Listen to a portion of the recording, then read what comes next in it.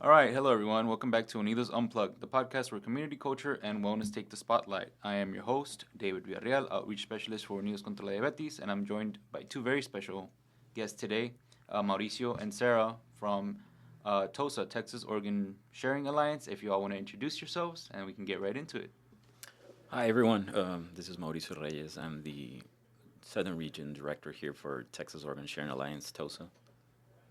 Hello, everybody. I'm Sarah Salas, and I am one of the communication coordinators here in the RGV. Awesome. So, Sarah or Mauricio, do you guys want to tell us a little bit more about TOSA, what it is, what you all do, and the impact that you guys are having here in the Valley? Yeah, so TOSA is one of three organ procurement organizations here in Texas, and we service more than 50 counties throughout Central and South Texas. And what we do is we do organ transplants and organ recovery. Awesome. Do you want to add on a little bit to that, Mr. Mauricio? Sure. So the service we provide, we are nonprofit, like Sarah said. We collaborate with all the hospitals from the region. In my region is Brownsville to Rio Grande City, right? But obviously TOSA does service. It's about 7 million people in our service area, Right. from Waco down to the valley. We need the trust of the community and the hospitals in order for us to provide that service. And we carry an array of services within the organ procurement organization. Like I said, without the partnership of the hospitals, we could not be able to perform our services. Um, yeah. Awesome. So I know we're touching on a very special topic that's happening in the month of August. Yeah, If we so want to get right August into that, is Sarah? National Minority Donor Awareness Month. So it's the month where we just create more awareness in our community about the minorities that are on the waiting list, because it's mostly minorities who are waiting for a life saving gift. Okay. So again, I wasn't aware prior that it was, that August was Minority Donor Awareness Month. So I've always, even I know Mr. Mauricio has been on the podcast before, and we've touched on it a bit. There is a lot of, especially in our communities, there's a lot of misconceptions, misunderstandings, myths, all of that. Do we maybe want to get into that a little bit before we highlight more about what Minority Sure. Donor Awareness Month is? Yeah, we can get into a couple of myths. Great. So I think the main one that we hear out in the community when we're trying to educate our people is that doctors won't try to save their life if they know that they are an organ donor. Okay, I've heard that too, and that I've heard I'm not gonna lie, and I'm being totally honest. Up until Mauricio came on our first episode, I don't want to say believed it. I just had heard of it, Yes. so it was always something in the back of my mind. Yeah. And That's I think it has to do a lot with our culture, right? right. We don't trust the medical System. people, the medical system, the medical side of things. Yeah. But also, I feel like Hollywood has also like presented that idea to the public. 'Cause Right. there's a lot of movies and even like novelas Yeah. that are about stuff like that. Yeah, and I think, and correct me if I'm wrong, but I think sometimes we'll go with la vecina, la vecino for our information. Health advice. Yes, instead of our actual health advisors or our primary health physicians. So do you guys feel like that's been adding to the whole I guess misconception? Because I know that's one of the biggest ones. I think so too. It's more of like, no, it's because like your tío told me this, and know that this person died and this happened to Yeah. them, and they went to the hospital and they were organ donors, like all this Right. misconceptions. And now social media doesn't help either, right? We have a lot of TikTok doctors and We have a lot of experts, on, yeah, right? on TikTok of on all different places. subjects. So it's easier to believe, right? Yes. People start commenting on a post, and then all of a sudden they're just adding something that's not even relevant, right? Right. So before we move on to the next, if you have a couple myths on there or a bit of misconceptions, let's end the debate on this one. Um, that is not the case. No. You will get the same treatment whether you are a donor or not. correct? Correct. Yes. So medical professionals do everything they can to save your life. Correct. Okay, great. Is there any other one that we have on the list here? Yeah, we have another one that it's not really a myth. It's just people like kind of outruling themselves. So they say like, I have a lot of health problems. Like you don't want my organs. Oh, okay, very interesting. Yeah. So So, we've heard like, oh, well, I have diabetes, so I can't donate my organs. okay, high blood pressure, Yeah, or things like diabetes, that. all that stuff, cardiovascular issues. Yeah. So that's Okay, not true. Your organs can always be donated to somebody who has the same health issues as you do. okay. So that doesn't automatically eliminate a candidate. Yeah. That's great, and that's a really good point that you're touching on because I feel like here in our Hispanic communities, Mhm. that probably happens a lot. No, pues I'm not a, yo no puedo, yo tengo Yeah. XXX, right? Yeah, Okay, I think it also has to do with because people have sometimes confused it with like blood donation. They think it's the same thing. okay. So there's a lot of like restrictions for blood donation. So they're like, oh, well, it must be the same for organ Organs, donation. okay. Now, Sarah, correct, or I guess kind of just, I had a question in the back of my mind. Does it get to a point where there is some restrictions health-wise?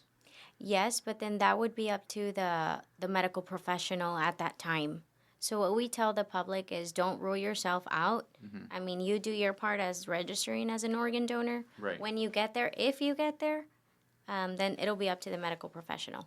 Okay, that's great. That's huge too. Again, just because especially the demographic we Mhm. serve, I feel like again it's easy to just it's like you're self-diagnosing or all this, and it's quick. One is quick to be like, no, pues yo no, para eso no. Yeah. So they're quick to kind of single themselves out Yeah. when in all reality they could be great candidates for someone. Yeah, and even age. Okay. They always bring up age too. They're like, oh no, like yo estoy ya muy viejo, or like no, like I have this and I have that, and I'm this years old, whatever. Okay. But we always tell people there's no age limit to organ donation, and we've actually had the oldest organ donor, which was I think 98, Really? 88 years old. Well, that's great, and I'm sure the audience that's listening is going to be excited and grateful that they're getting the right information. Um, and it's great to hear that anyone is potentially a candidate and a good candidate at that. Anything else on your list there, Sarah? Yeah, there's one last one Mm-hmm. that people sometimes bring up, and it's that they can have an open casket funeral if they're an organ donor. Oh, I feel like that's like a big one for our. Yeah, we get a demographic. lot of no's Okay. when we ask people if they want to register. They're like, oh no, because then I can't have like a normal open casket funeral. But that's not true either. Okay, so what's the truth behind that? So organ donation does not interfere, and all funeral wishes will be honored. Really? Mhm. Okay, great. Well, that's interesting to hear when it comes to that. And again, I don't know if it feels like these are specifically like or culturally tailored to like our demographic because I feel like that's something that in passing just as growing up and all this stuff that we've heard and that we've probably come across and I'm sure you guys come across it all the time. All the time, all the Right. time. That one is body integrity. We identify. Okay. Right. So a lot of the families are scared, afraid of what's going to happen to their loved one. Right. Okay. The process of recovery is held to high standards, and we take care of the patient with the utmost respect, and we don't mess with the body. People think the body gets chopped up when organs are recovered, but that's not the case. It would be a normal incision that it's not even visible if Wow. the body's dressed up, right? Funeral homes will take the body and do what the normal process. Okay, great. Okay, so if we want to kind of get into the National Minority Donor Awareness Month portion of this episode, if you guys want to touch on a little bit about what this month means, what it means to TOSA, and just kind of like the importance of it. Yeah, so National Minority Donor Awareness Month is a collaboration effort by national organizations to save and improve the quality of life of diverse communities by creating a positive culture of organ, eye, and tissue donation. So right now, there's more than 100,000 people on the waiting list nationally, and 60% of those people are all minorities. Okay. So again, I feel like it's very specifically tailored to our demographic. Yeah. Is there any sort of, I guess, challenges or anything that you would want to add, Mr. Mauricio, Yeah, I to mean, highlight this month? the main challenges are those, right? Our culture is very, very special, very unique. The demographic here in the valley, we're over 90% Hispanic, right? Yeah. So we are the largest minority here in the region. Within that 60%, 25% of that 60% is Hispanic, right? Right. The other minority would be African Americans, Okay. with a very small portion of Asians. But it's just difficult. Our community here in the valley carries so many comorbidities, right? I mean, you guys know, you're out there in the community. Yes. You see it firsthand. Diabetes and all the complications of diabetes, right? Yes. Kidney is probably the main organ that gets affected with diabetes, and the need for kidneys is about 86% out of that transplant list. So here in the valley, you can only imagine, right? All the people that have been placed in dialysis due to complications of diabetes. So Right. we definitely want to educate the community, right? Not only in how organ transplantation can save lives, right? Right. But just clear all the myths that Sarah already mentioned, because those are huge barriers for us to get the message across, right? How one person can save up to 8 lives, right, Right. through organ donation, and how others can improve their lives through tissue and eye. Right. Anything you want to add to that, sir? Yeah, that our main focus this month is to just educate our RGV community, right? Because where are all the Hispanics nationwide? Most of them are here in the RGV. Right. And it's all of them who are waiting for that life-saving transplant. Right. You know, most of them are on dialysis, or most of them have other issues that could potentially end their life. So it's always, I'm sure that you guys are always trying to increase the amount of, people that are already registered to be donors or registered donors. But even if we don't get them to be registered, we are satisfied with just educating them. Right. Because we tell people, okay, you don't want to register, but make sure that you let your family know, like, what your decision is, whether it's a yes or no, so that it can be a little bit easier on the families if they do end up going through that. So right now, when you're saying that, because you had mentioned that the percentage of people on the wait list is how much, or what's that number looking like? Of minorities, Yes. 60%. Wow. I'm saying that because you can, I'm sure you come across, plenty of people in passing or just in your field where it's like, well, there's probably already enough or plenty of donors. Like, what do they need, one extra person for? So the important thing about minorities, being aware of the truth of organ donation is, yes, you can receive that gift from a different person that is from a different race or ethnicity, but the chances of survival increase a lot more, even doubled, when it comes from the same genetic background. Okay. So it's important for us to tell our family members, right? You never know where the gift is coming from, right? Some people don't ever find out where that gift came from. You might know the age of the person, Right. But it's not relevant at that time, right? When you get a transplant, who's donating that organ? Eventually, you have the opportunity to find out, right, through our family services and aftercare, from transplant center and from the family donor families, right? Right. But the outcome of the transplant is directly impacted from the genetic background of that organ, right? If it's a match, right? If it's an African American with an African American, Right. the chances of that transplant survivability after transplantation increase a lot more. So then that could be one of the key, one of the key, I guess, factors that we're trying to get out. Like, Yes. hey, like, we as our own people, we need to help our own people. Like, Correct. Um, You go up to San Antonio, Austin. Right. Obviously, there's a lot more diversity in that area, and the registry. You can see the difference, right? You can see how there's less resistance to organ donation and to the concept of organ donation. why do you think, again, even San Antonio, it's what, 3 hours, maybe 3.5 hours drive? Why do you think there is, even just from here to San Antonio, that big, like, I think discrepancy? the border plays a big role, right? We're so close to Mexico Right. that the culture here is a lot stronger than it is, even though it's 3 hours away. Yeah. There's a lot more exposure to the northern culture in San Antonio, maybe. So we just got back from we go every year, or we've been going every year since I've started here. It's called ADCS. It's a diabetes conference, just for diabetes prevention, care, and all of that entails. So a lot of the sessions or presentations that I attended were, how do we, like, get our message across? But it's very important getting our message across, but being culturally relevant Right. when we do so.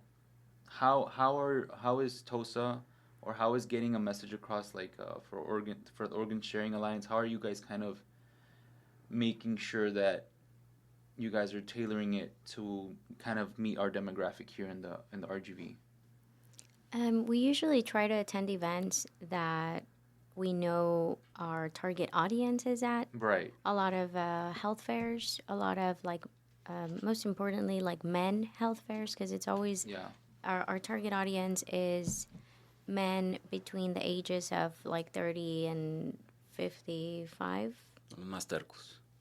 Yes, those are the ones who don't want to register, who are completely against donation. I am asking just because I always find it so interesting and fascinating that there's such a correlation with the work we do, and as well as y'all. Same as here. We find it so hard to just get even just data from males to do our little data screening tool. It's not, we're out in the community or at a health fair or wherever. It's not like a doctor's, it's nothing like that. We're not even checking their blood or anything. It's literally just like a self-assessment tool. And man, they're just like, no quiero. Yeah. Well, I'm in that category, right? I'm in that bracket of age, and I can tell you that I don't like to go to the doctor. Yeah. Honestly, and I can see it. Again, I'm from Mexico, so I can see that it could be a machismo thing. I don't know. It's embedded in our brain in that sense that probably the people up north from different race, they're used to going for yearly screenings, having those conversations or hearing about it. So it's not as foreign to them as it can be for us here. Right. But I feel like it also has to do with, like, out of sight, out of mind. Like, if you don't know, like, if you don't take the assessment that you guys provide at health fairs, like, if they don't participate in that, then they don't have diabetes, you know? That's true. Like, if they don't do the assessment and they're like, oh, I have diabetes, then it's not non-existent. Right. So I don't know if this specifically will fit right in line with maybe what you guys hear, but what I hear a lot is, no importa, como quiera tengo que trabajar.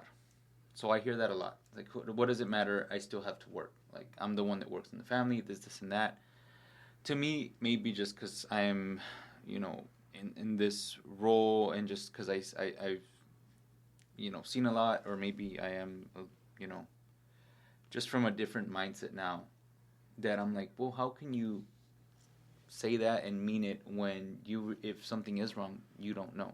Or how can you better take care of your family and their needs when you're not taking care of yourself? And I know in y'all's case it's a little bit different because it's just dealing with the organ donation, but I just find it so fascinating how I feel like we do a great job, and I'm sure you guys do as well, as like just tailoring to our community's needs and not being like so out of touch with what they might be experiencing or feeling that. But still, it's such a challenge. It's such a Yeah. barrier to. There's a generational component here, right? Yeah. Generations think very differently. Yes. Going back to tailoring our approach for education and letting the people know about our issues here in the valley regarding organ donation is we don't just deal with people with the educational component of getting them to register. We also are faced with families, right? With the families when it comes to requesting authorization for organ donation at that sensible moment where their family member is already in the hospital. Everything has been exhausted to take care of them, and they're facing a decision to withdraw care, right? Or maybe the diagnosis of brain death has already been established by the medical providers. Right. And now we need to speak to them, right? We have a great team that does that are very empathetic and have that difficult conversation with the families. And for them to hear about organ donation for the first time, when they're facing that moment, it's definitely not something you want to be part of, right? As someone that's foreign to this. Correct me if I'm wrong. That is why you're trying to make you. That is why you try to make such a bigger push at an earlier stage in life, or just at a completely maybe just normal stage in life to where they don't have to deal with like that. Like, hey, I really don't want to be having this conversation. Yeah, so that's why we tell people, like, even if it's a no, like, Yeah. let your family know what your decision is. Because if they are in that situation where they have to make a decision, it Yeah. won't be as hard because they know what your wishes were. Right. Just out of curiosity, do you guys feel like y'all's rates for when the family has to make that decision, like you're explaining, Mr. Mauricio? Yeah. They're a little bit lower than you would probably like, or they are pretty successful? Here in the valley, they're lower than San Antonio and Austin, Yeah. for sure. Obviously, because, again, the I cannot stress this every time I go to San Stress it. Antonio Yeah, or stress it. Austin is I want them to be aware that the uniqueness of the RGV doesn't compare to other regions here in the valley, even to El Paso or Corpus Christi. Even though the Hispanics are still there and they're probably the majority, there's something about the valley. I don't know if it's the I don't know. You tell me. It's the air. It's the air, the tacos. I don't know. Well, in what regards? In the regards of that, like we're In more. the mindset. In the mindset I was gonna that say we're people more have. cabezones. Yeah, or... yeah, for sure. I don't like to say the education level because there's a lot of highly educated people in the valley. Yeah. We have universities, we have colleges. Yeah. Yes, there's less opportunity here. Maybe the exposure to I don't know a larger city where the life is a lot more moves faster. You have access to it. Yeah. But now with the internet, I don't think that should be a factor, right? Right. I can't pinpoint it. It's the valley. yeah. It's a 956. I mean, it could also be that maybe it's kind of like traditions and stuff that are passed on. Like they trust more in what their family member is saying than what the health professional is saying. Right. You know? Right. Like no matter what the health professional says or educates them on, they're gonna trust what their family member told them, and that's gonna be the bottom line. That's also important because when we do approach families and see if they want to authorize for organ donation, the decision often is made as a family, as a group, right? Yeah. Even though there's a wife, legal next of kin, the family likes to have an opinion and they gather and as a group they'll make the decision. Obviously, it's a very tough decision to make, right? It's difficult, but we always want to highlight the impact of that gift, of that act of generosity the families are doing, right? Right. On this side, yes, we understand the pain, the sorrow that they're facing, and if you look at the other side. There's joy, right? There's happiness. There's an opportunity of life. There's two faces to everything. Right. Yeah, and how we like to see it is, I mean, your loved one can continue to live on through somebody else. Yeah. So that's really important too, and I feel like that also makes a big impact to the family, to the donor families, because they know that their loved one is still here with them There's a through legacy. somebody Right. else. Right, right. Would this be different than the question that I'm gonna ask? I don't know if there's a difference between just a normal misconception or if it's the question is if there are some cultural or community-based concerns you hear when talking about organ donation amongst our communities here. Is that a lot different than like just the normal standard misconceptions or kind of like hearings that y'all hear? Compared to the central region, and Yeah. yeah, I mean, here is the three myths that well, if you remove the first one about the healthcare not taking care of us, Yes. right? It's more of the body integrity. Really? I want them to go whole. The families will say, but That's again, one of the bigger ones. yeah, Wow. for sure. It's the culture. It's I know, It's yeah. how we think, right? It's strange, but Yeah. we're so fixed on our ways already. Yeah, That- organ donation is something very taboo in the Hispanic communities, unfortunately. Yeah. I heard the other day we were at an event and somebody asked me if the person receiving that gift would have the feelings of that person, right? Wow. I mean, those are questions I can't say yes or no. I mean, from the scientific side, right? I'm a scientist. I can probably guarantee no. I was gonna say it's an easy no, but Right, then but then But they've heard stuff, so this person had heard that the person receiving that gift would feel whatever the donor felt. yeah, there's So, movies like that, right? Yeah. I've heard there is. I heard one about a heart that it's like you feel the traumas of the past donors, and there's another one that's like I'm huge on movies, and I think it's like a horror take on it, Yeah. where it deals with the eyes. Again, in the scenario that we're in now, and we're talking, obviously it's not helping y'all's case, right? It's just again stuff that we hear and see. Yeah, There's- and I don't want to disregard that, and Right. people are entitled to believe what they want, right? Right. But again, based off evidence, scientific evidence, the answer would be no, right? Okay. So as we get a little bit closer to the end here of wrapping things up, I think you guys did an amazing job at explaining, y'all's roles, what TOSA does. Is there anything else that we kind of left out that you guys want to highlight before we get into the last little bit of the conversation here? Maybe explaining the donation process. Great. Because I know Mauricio is mentioning like once that brain dead, once they are Diagnosis. declared brain dead and the brain dead diagnosis is given, Yes. maybe people don't really understand what that means. So I don't know if Mauricio wants to explain the donation process. Sure. Not to get too technical, so I don't confuse people. So, Of course. brain death diagnosis is what it sounds, right? Yes. There's been a patient is declared brain dead after a series of protocol tests, depending on the hospital. In the state of Texas, when the diagnosis is presented and obtained after clinical test, that is considered death, right? Okay. Okay. So at that point, if the patient's registered, then we notify of the registry. If the patient's a candidate for organ donation, the healthcare team will step in and look at the function of the organs and see if there is a possibility for organ donation. Like Sarah said, not everyone is a candidate for organ donation, despite you being registered, right?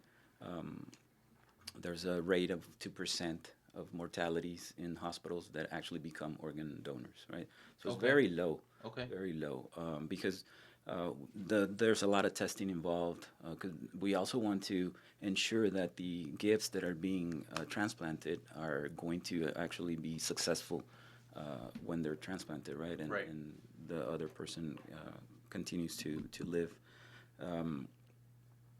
But basically that we don't interfere in any of the care of the patients.